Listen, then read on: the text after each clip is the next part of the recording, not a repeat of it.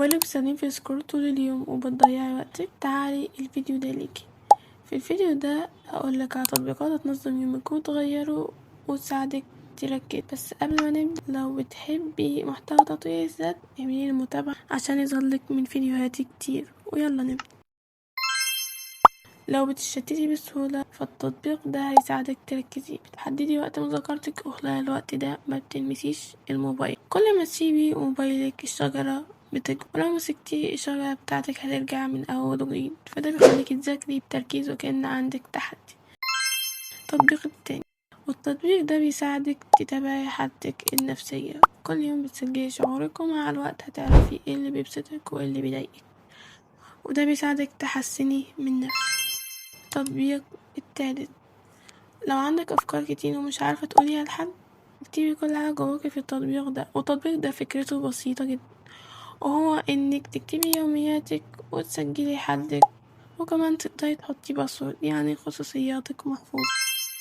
التطبيق الرابع، كتير مننا بينسى يشرب مية خصوصا في الصيف. التطبيق ده بيفكرك طول اليوم انك تشرب، وده بيفرق جدا في بشرتك وطاقتك وكمان شكلك. التطبيق الخامس، يومك عشوائي وعايزة تنظميه. التطبيق ده هيساعدك تنظمي روتينك الصباحي وهيديكي مهام تعمليها وبعدين تبدأي يومك طبيعي جدا، وده يخليكي شخص منظم وفيه طاقة وحيوية، وطبعا بيخلي يومك أبسط وأوضح. التطبيق السادس، والتطبيق ده فكرته مختلفة وحلوة. التطبيق ده بيقول انك لو التزمتي بالعادة دي 21 يوم هتبقى العادة دي في يومك وفي روتين. والتطبيق ده فيه تحديات كتير زي تحدي الإنتاجية والسعادة، فلو عايزة تبني عادات جديدة وصحية فلازم تحملي التطبيق.